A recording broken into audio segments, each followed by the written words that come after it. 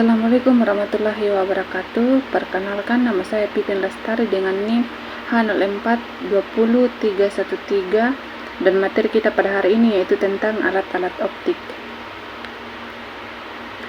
Adapun jenis-jenis dari alat optik yaitu mata, kamera, teropong, mikroskop, dan lup. Bagian yang pertama yaitu mata atau alat optik alami.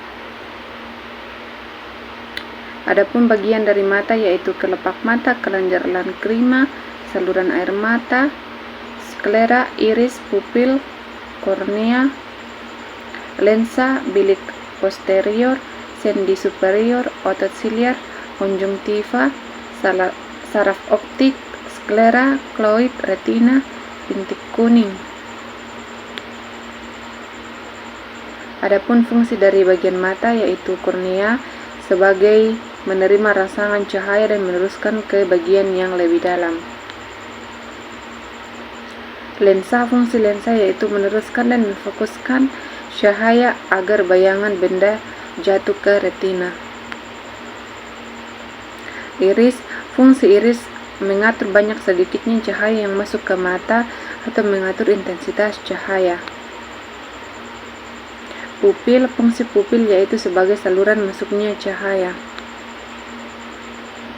Retina, fungsi retina yaitu membentuk bayangan benda dan kemudian dikirimkan oleh saraf mata ke otak.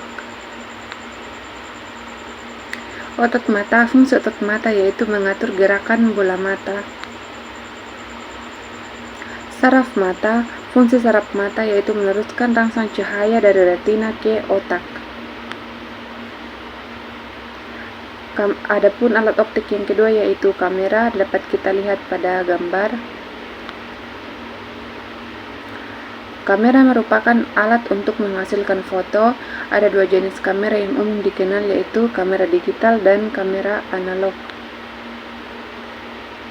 Cara kerja kamera hampir sama dengan cara kerja mata, yakni cahaya masuk difokuskan oleh lensa dan kemudian ditangkap oleh retina yang merupakan film dari kamera. Adapun bagian-bagian dari kamera dapat kita lihat pada gambar yaitu prisma, kaca di posisi atas, berkas sinar, lensa cembung, diafragma, shutter, dan film.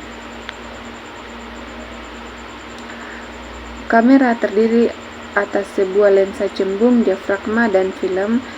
Lensa pada kamera dapat diubah-ubah letaknya sedemikian agar bayangan yang dibentuk lensa selalu terletak tepat pada film. Sifat bayangan yang dibentuk kamera adalah nyata, terbalik, dan diperkecil. Lensa yang ketiga yaitu lup. Adapun lup dapat kita lihat pada gambar. Adapun bagian-bagian lup yaitu lensa cembung, kepala atau bingkai, skrup pengendali, dan tangkai lup. Lup atau kaca pembesar hanya terdiri dari satu lensa positif dan berfungsi untuk memperbesar ukuran bayangan yang terbentuk di retina. Lup sebenarnya merupakan lensa cembung yang diletakkan antara mata dengan benda yang akan diamati. Ada dua cara dalam menggunakan lup, yaitu dengan mata berakomodasi dan mata tidak berakomodasi. Untuk mata berakomodasi maksimum, benda diletakkan di antara F dan O, antara jarak benda SO selalu lebih kecil daripada jarak titik F. Untuk mata tidak berakomodasi, benda diletakkan tepat di titik F atau jarak benda SO sama dengan jarak titik lup. Adapun jika kita mengamati benda secara langsung dan mengamati menggunakan lup dapat kita lihat pada gambar. Untuk mengamati benda dalam waktu yang cukup lama, sebaiknya mata tidak berakomodasi sehingga tidak cepat lelah jika benda diletakkan tepat di titik api. Pada saat mata belum menggunakan lup, benda tampak jelas bila diletakkan pada titik dekat. Pengamat S sama dengan SN sehingga mata melihat benda dengan sudut pandang.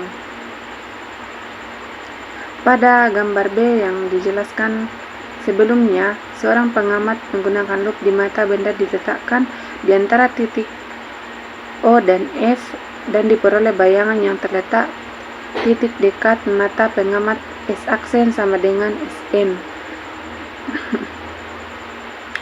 Teropong. Adapun teropong dapat kita lihat pada gambar.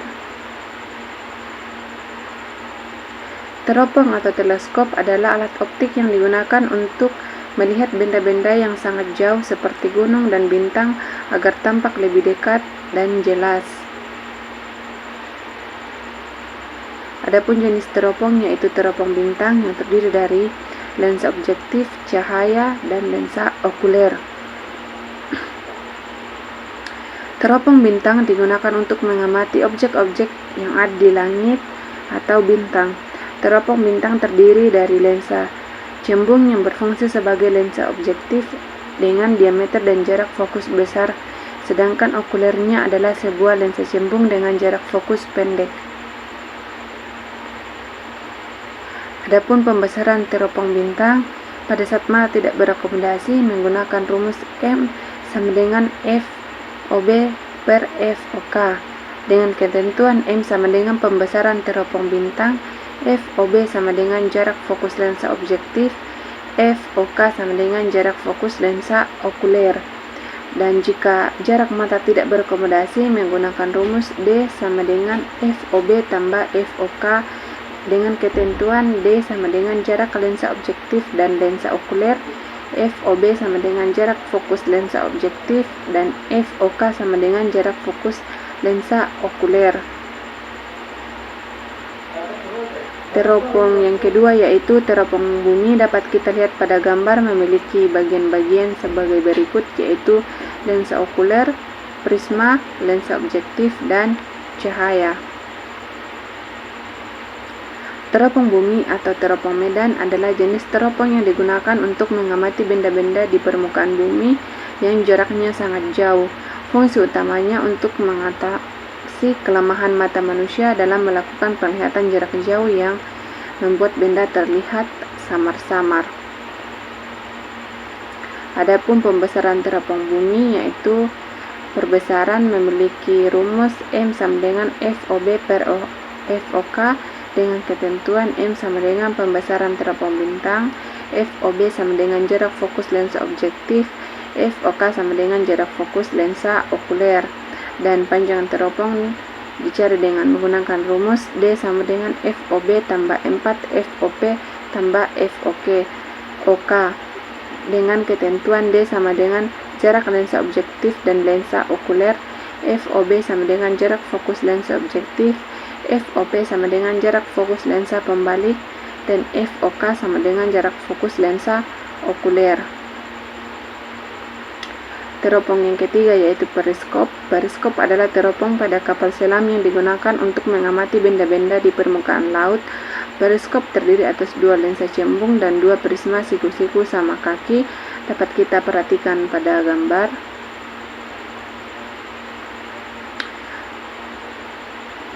Alat optik selanjutnya yaitu mikroskop. Mikroskop atau teropong tuma adalah alat laboratorium yang digunakan untuk mengamati benda yang sangat kecil dan benda yang tidak tampak oleh indera penglihatan secara langsung. Ukuran bayangan atau gambar yang dihasilkan oleh mikroskop dapat dicapai jutaan kali oleh benda aslinya. Adapun jenis-jenis mikroskop yaitu mikroskop biasa, mikroskop monokuler, mikroskop elektron, dan mikroskop stereo. Jika pada lup pembesaran bayangan objek sangat terbatas, berbeda dengan mikroskop yang dapat memperbesar ukuran objek menjadi 40-200.000 kali dari ukuran sebenarnya. Pembesaran dapat terjadi karena mikroskop memiliki 3 lensa yang terdiri dari lensa objektif, lensa okuler, dan kondensor.